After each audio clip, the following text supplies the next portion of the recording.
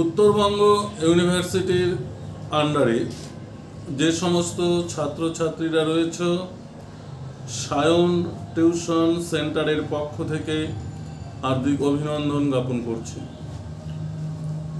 আমাদের সেন্টারে ইতিমধ্যেই ফার্স্ট সেমিস্টারের অনলাইন অফলাইন ক্লাস শুরু হয়েছে।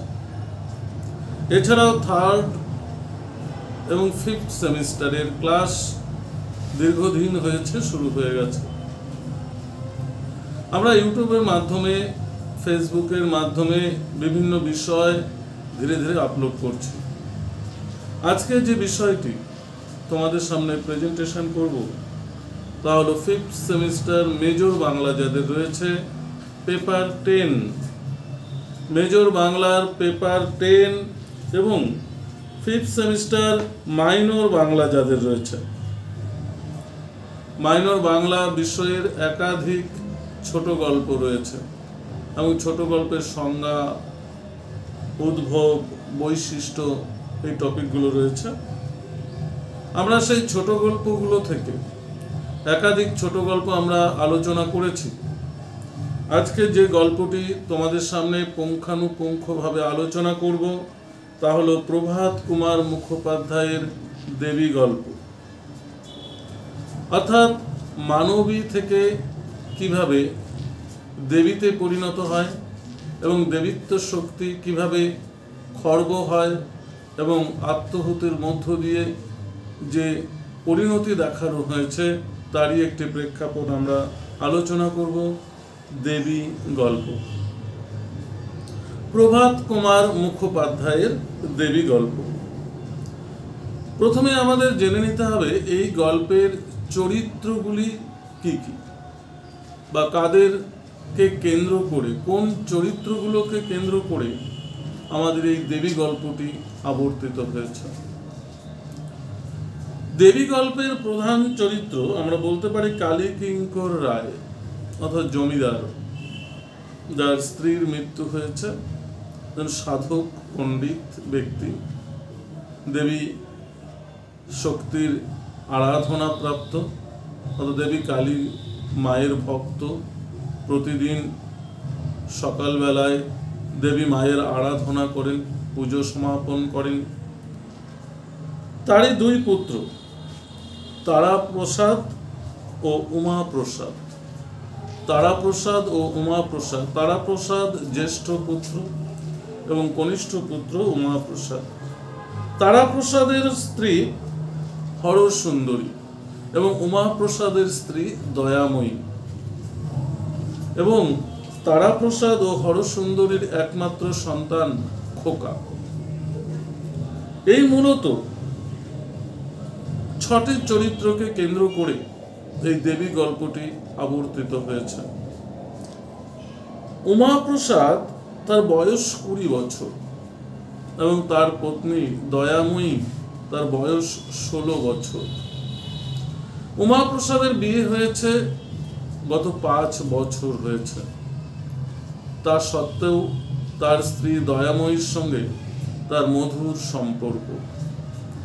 মনে হয় যেন নব দম্পতি নব পরিণয় সূত্রে আবদ্ধ হয়েছে।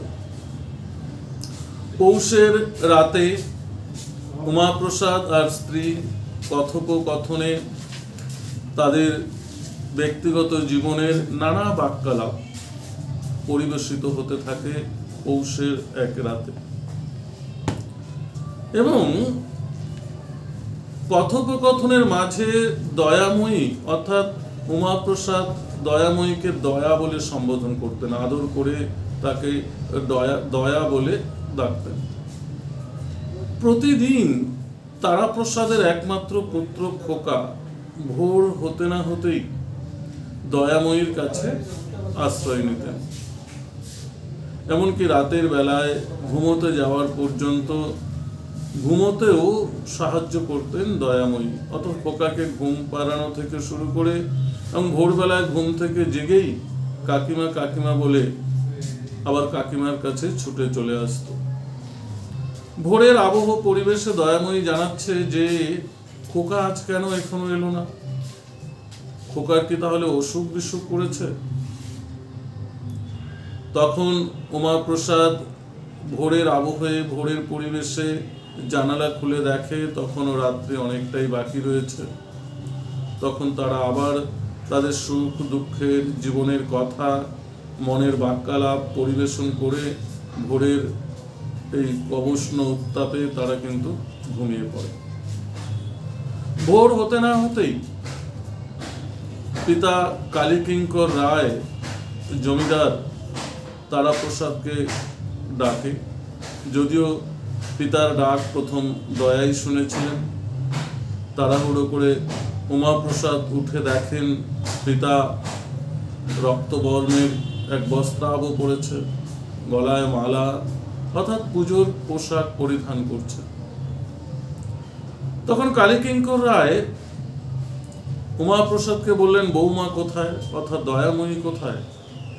দয়াময়ী তাড়াহুড়ো করে বিছানা থেকে উঠে শ্বশুরের সামনে জড়সড় হয়ে দাঁড়িয়ে রইলেন। তখন শ্বশুরমশাই কালীকিঙ্কর রায় ষষ্ঠাঙ্গে ছোট বৌমা অর্থাৎ দয়াময়ীর পায়ে ষষ্ঠাঙ্গ প্রণাম করলেন এবং বললেন, মা তুমি কালী মায়ের সাধক। আমি গত রাত্রে স্বপ্নাদেশ পেয়েছি, প্রত্যাদেশ পেয়েছি যে তুমি হচ্ছ দেবী কালী মাতা। যে মাতাকে আমি সেই ছোটবেলা থেকে সাধন ভজন করে এসেছি, সেই মাতার রূপে তুমি জন্মগ্রহণ করেছ। এবং পুত্র উমাপ্রসাদকেও জানিয়েছে যে দেবী দয়াময়ীকে প্রণাম করতে। আসলে দেবী তিনি দয়াময়ী নয়, তিনি একজন দেবী। উমাপ্রসাদ পিতার এই আচরণে তিনি স্থির হয়ে যান, নীরব হয়ে দাঁড়িয়ে থাকেন পাথরের মূর্তির মতো। এরপর দয়াময়ী 3 দিন ধরে সেই ঠাকুর ঘরে সে কিন্তু পুজো লীলায়িত হতে থাকে। পাড়ার এ পাড়া থেকে এ পাড়া, দূর থেকে দূরান্তরের মানুষ এর মুখে প্রচারিত হতে থাকে যে দেবী দয়াময়ী নয়, তিনি দয়াময়ী নয়, মানবী নয়, তিনি দেবী, অর্থাৎ তিনিই হচ্ছেন দেবী মাতা, শক্তি আরাধ্যা দেবী। গ্রাম থেকে গ্রামান্তরে, দূর থেকে দূরান্তরে এই সংবাদ প্রচারিত হতে থাকে যে কালীকিঙ্করের ছোট পুত্রবধূ দেবী, অর্থাৎ তিনি একজন দেবীত্বে পরিণত হয়েছেন, অর্থাৎ তিনি একজন দেবী। ইতিমধ্যে নানান ঘটনা ঘটে।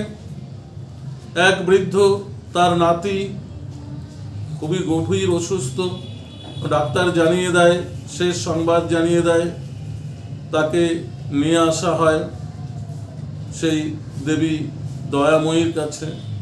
দয়াময়ী সেই পুত্রের আরোগ্য লাভের জন্য দেবতার কাছে প্রার্থনা করে যে সেই শিশু সন্তানকে সুস্থ করে দেওয়ার জন্য। কিন্তু এখানে আরেকটি বিষয় তোমাদের জানতে হবে যে দেবী দয়াময়ী আসলে তিনি চোখের জলে একাকার হয়ে যাচ্ছেন, কারণ তিনি জানেন যে তিনি হচ্ছেন একজন মানবী, তিনি কিন্তু কখনোই দেবী নয়। উমাপ্রসাদ একদিন রাতের আধারে গোপনে তার পত্নী দয়াময়ীর সঙ্গে দেখা করেন এবং তারা সলা পরামর্শ করেন যে আগামী শনিবার তারা নৌকো করে সে বাড়ি থেকে দূর থেকে দূরান্তরে পাড়ি দেবে, পশ্চিমের দেশে তারা চলে যাবে। এটা দয়াময়ী সম্মতি জানিয়েছিল। কিন্তু ইতিমধ্যেই পরপর দুটো ঘটনা ঘটে যায়। এক প্রসব সম্ভবা সন্তান, সম্ভবা এক নারী যন্ত্রণায় কাতর হয়েছিলেন এবং দেবী দয়াময়ীর চরণামৃত প্রাণ করে এক রাজপুত্রের মতো পুত্র সন্তান জন্ম দিয়েছিলেন এবং এক শিশু পুত্রের, যেখানে ডাক্তার জবাব দিয়েছিল, সেই শিশু পুত্রও কিন্তু দেবী মায়ের কৃপায় সে কিন্তু সুস্থতা লাভ করেছে। এখানে কোথাও যেন দেবী অর্থাৎ দয়াময়ীর অন্তরাত্মায় কোথাও যেন একটা মানসিকতার পালা বদল ঘটে, কোথাও যেন মানসিকতার একটা পট পরিবর্তন হয়, কোথাও যেন তার মনের মধ্যে দেবীত্বের কোনো একটা বিষয় তার মনের মধ্যে বিশ্বাস জন্মাতে থাকে। তা না হলে এই মিরাকেলগুলো কি করে ঘটে? তার মনেও দেবীত্বের একটা মনে কোথাও যেন একটা বাসা বেঁধেছে। শনিবার যখন ক্রমান্বয়ে এগিয়ে আসে, তখন উমাপ্রসাদ সিদ্ধান্ত নেয় সারাদিন যে আজকে রাতের অন্ধকারে দেবী দয়া অর্থাৎ দয়াময়ীকে নিয়ে তিনি দূর দেশে পাড়ি দেবে, যা কিছু আছে কোনো মতনে তাদের দিন চলবে, তারপর শেষে একটা চাকরি সে জোগাড় করে নেবে। তাই সারাদিনের আরতির পর উমাপ্রসাদ যখন দয়াময়ীর কাছে দয়াময়ীকে ডেকে উঠালেন এবং দয়াময়ীকে যখন জড়িয়ে ধরতে চাইলেন চলে যাওয়ার জন্য, তখন দয়াময়ী জানান যে তাকে স্পর্শ করতে নিষেধ করেন। তিনি বলেন যে তাকে স্পর্শ করলে তার অমঙ্গল হবে। অর্থাৎ তিনি প্রকাশ করতে চাইছেন তার মধ্যে কোথাও যেন একটা দেবীত্ব রয়েছে, অর্থাৎ দেবীত্ব তার মধ্যে জেগেছে।